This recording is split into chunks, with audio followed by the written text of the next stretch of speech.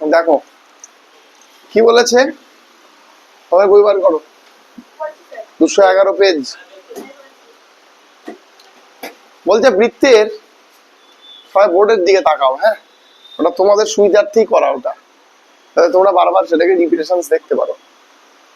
বলছে বৃত্তস্থ বৃত্তের, এখানে দেখো আমি হেডিং দিয়েছি যে বৃত্তের বৃত্তস্থ কোনো বিন্দু থেকে যদি স্পর্শক অঙ্কন করা যায়, তাহলে স্পর্শ বিন্দুর সঙ্গে বহিস্থ বিন্দুর সংযোজক সরল রেখাংশ দুটির দৈর্ঘ্য সমান এবং তাদের কেন্দ্রে সমান কোণ উৎপন্ন করছে। ভালো করে বুঝো, উপপাদ্যর মধ্যে, উপপাদ্য কিন্তু একটা অঙ্ক, উপপাদ্য কিন্তু উপপাদ্য না, সবাই উপপাদ্যকে মুখস্থ করে, উপপাদ্য কিন্তু মুখস্থ করার জিনিস নয়, উপপাদ্যকে উপপাদ্যর মতো পড়ো। চলো দেখো, প্রথমে তোমাদের এখানে বলেছে বৃত্ত। আচ্ছা একটা বৃত্ত আঁকাই, একটা বৃত্ত না আঁকালে তো চলবে না, একটা বৃত্ত আঁকাই। মানুষ এত সুন্দর বৃত্ত হয়েছে দেখো, ঠিক আছে।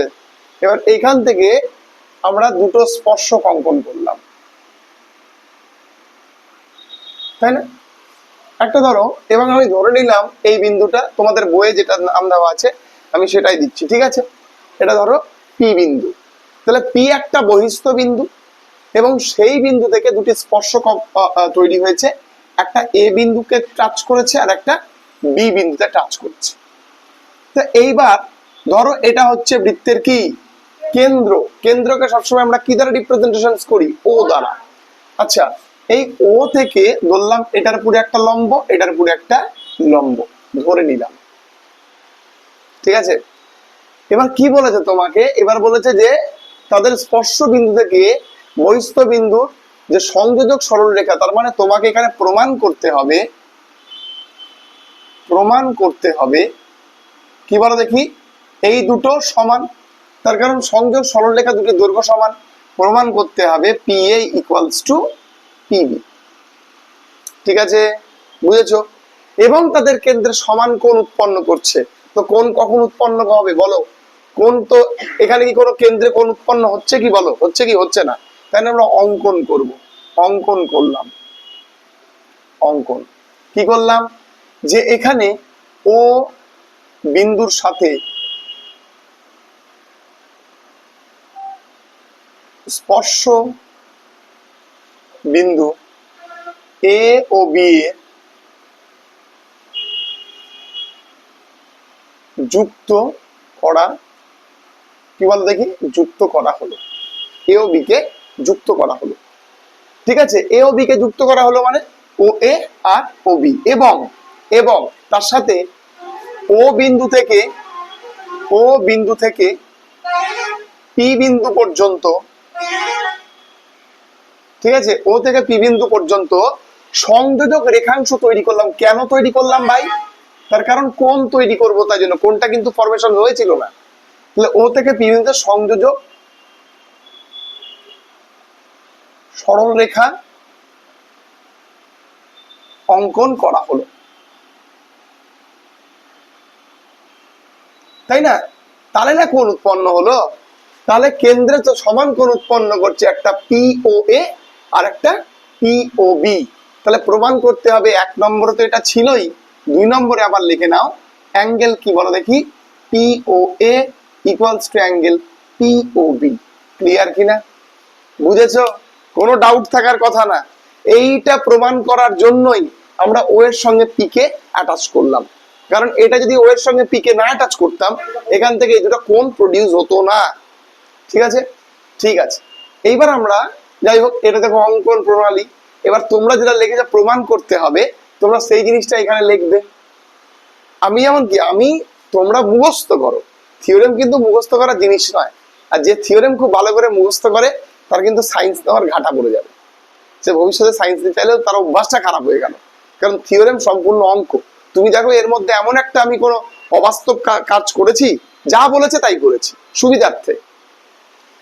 তো তুমি এখানে লেখা দিতে পারো প্রমাণ করতে হবে। আমি যেহেতু এখানে লিখলাম, তোমরা কিন্তু এখানে লিখবে না, এটা আমরা স্টেপ 1 দিয়ে দিলাম আর এটা আমরা স্টেপ 2 দিয়ে দিলাম। তো তোমরা এইভাবে টুকবে খাতার মধ্যে, ঠিক আছে। এইবার দেখো আমি প্রমাণে আসছি, প্রমাণ করব, প্রমাণ করছি। কি প্রমাণ করছি দেখো, প্রমাণ করতে গেলে আমরা প্রথমে দেখব যে কি কি আছে। ভালো করে লক্ষ্য করো যে এইখানে পি ও এ দুটো ত্রিভুজ, কি কি এখানে পি ও এ ও পি ও বি দুটো ত্রিভুজের উৎপন্ন দুটি ত্রিভুজ, তাই না? ত্রিভুজ। আচ্ছা, এবং একটা কথা বলি, বোঝো, যদি আমরা এখান থেকে বলি যে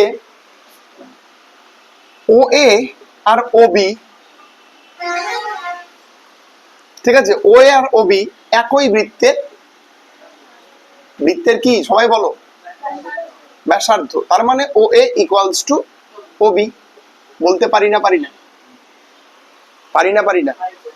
আচ্ছা, এইবার দেখো দুই দিকেই তুমি ও বিন্দু থেকে এ বিন্দুর ওপর কি বৃত্তের কি করা হয়েছে, ব্যাসার্ধ অ্যাড করা হয়েছে না, লম্ব অ্যাড করা হয়েছে। তার মানে এই ও বিন্দু থেকে এ বিন্দুর উপর লম্ব দেওয়া হয়েছে, ও থেকে বি বিন্দুর পরেও কি বলো দেখি লম্ব দেওয়া হয়েছে।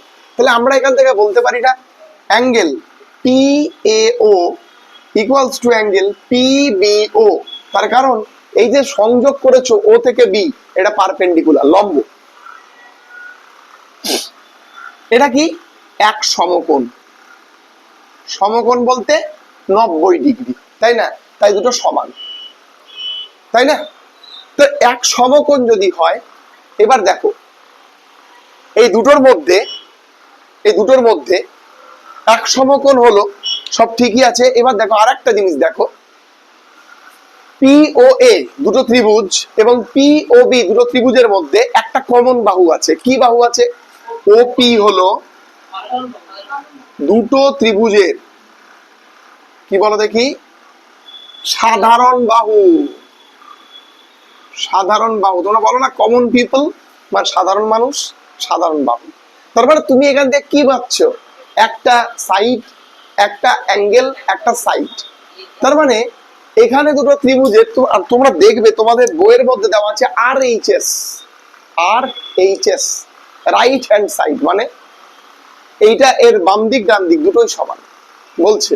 এবং সেইখান থেকে যেহেতু তুমি যদি এভাবেও লেখো সাইড অ্যাঙ্গেল সাইড, তাহলেও কিন্তু হবে, তাহলেও কিন্তু ভুল হবে না, ঠিক আছে? তো তোমাদের বইয়ে প্রাপ্ত লেখা আছে পি ও বি কি বলো ইকুয়ালস টু সর্বসম পি ও এ, বা P O A equals to P O B, তাই না? ফলে কি সর্বসম হওয়ার ফলে আমরা এখান থেকে কি বলতে পারি? অতএব দুটি ত্রিভুজ সর্বসম হওয়ায় বলা যেতে পারে, বলা যায় কি বলা যায়? P A equals two PB, P A equals two PB বলা যায় না, যায় না? আচ্ছা, তা দুটো ত্রিভুজ যদি সর্বসম হয়, আমরা যদি এটা বলতে পারি, তো দুটো ত্রিভুজ মানে এই যে এক নম্বর ত্রিভুজ, এটা দুই নম্বর ত্রিভুজ, এদের সব সমান, ফলে এদের উৎপন্ন কেন্দ্রের কোণ তো সমান। ব্যাস, অতএব আবার পি ও এ অ্যাঙ্গেল পি ও বি সমান, ঠিক আছে? প্রমাণিত। আশা করি বুঝতে পেরেছো। কেন আমাদের টার্গেট চিত্রানুযায়ী দুটো ত্রিভুজ দেখতে পাচ্ছি, একটা এক নম্বর দুই নম্বর, এই দুটো ত্রিভুজকেই আমরা সর্বসম করব। যেই সর্বসম প্রমাণ পেয়ে গেল, আমরা বলবো এদের মধ্যে সবই সমান। তো সর্বসম কেমন করে করবো আমি আরেকবার বলছি। এক নম্বর পয়েন্ট, এদের একই ব্যাসার্ধ, একই বৃত্তের দুটো ব্যাসার্ধ সবসময় সমান হয়। এদের মধ্যে এই যে ও এর সঙ্গে এ কে যুক্ত করছো, এটা 90 ডিগ্রি, ও এর সঙ্গে বি কে যুক্ত করছো, এখানে 90 ডিগ্রি, আর ওপি হচ্ছে সাধারণ বাহু। তাহলে সাইড অ্যাঙ্গেল সাইড, এই দুটো যেহেতু কন্ডিশনস, এটা সাইড, ঠিক আছে, এটা অ্যাঙ্গেল আর এটা সাইড, এই দুটো কন্ডিশনসে আমরা বলতে পারি যে এটা অবশ্যই সর্বসম। এবার তোমাদের এখানে দেওয়া রয়েছে আর এইচ এস, কি লেখা আছে? আর এইচ এস, এটাও দিতে পারো, কোনো প্রবলেম নেই, ঠিক আছে? ঠিক আছে, ব্যাস। এই দুটোর মধ্যে কেন আর এইচ এস দেওয়া হয়েছে? আর এইচ এস ধরুন এখানে এই জন্যই দেওয়া রয়েছে, তার কারণ এর মধ্যে একটা কমন বাহু আছে। যে সমস্ত জায়গায় কমন বাহু আছে না, দুটো ত্রিভুজের মধ্যে কমন বাহু আছে ওপি, এই জন্য সেখানে আর এইচ এস ইউজ করা হয়। ঠিক আছে, আর কিছু না, আশা করি ক্লিয়ার। সবাই খাতায় টুকে নাও। হ্যাঁ, অঙ্কনটা এখানে আগে ভালো করে বুঝবে। এইখানে তোমাদের বৃত্তের বহিস্থ কোনো বিন্দু থেকে স্পর্শক অঙ্কন করা যায়। স্পর্শ বিন্দুর বহিস্থ বিন্দু থেকে সংযোজক সরল রেখাংশ দুটির দৈর্ঘ্য সমান এবং তাদের কেন্দ্রে সমান কোণ উৎপন্ন করে। যদি তুমি ও থেকে পি না যুক্ত করো, তুমি কেন্দ্রে কি কোনো কোণ পাবে? তো তাই জন্য ওপি যুক্ত করা হলো। ঠিক আছে, আর কিছুই ক্লিয়ার? টোকো।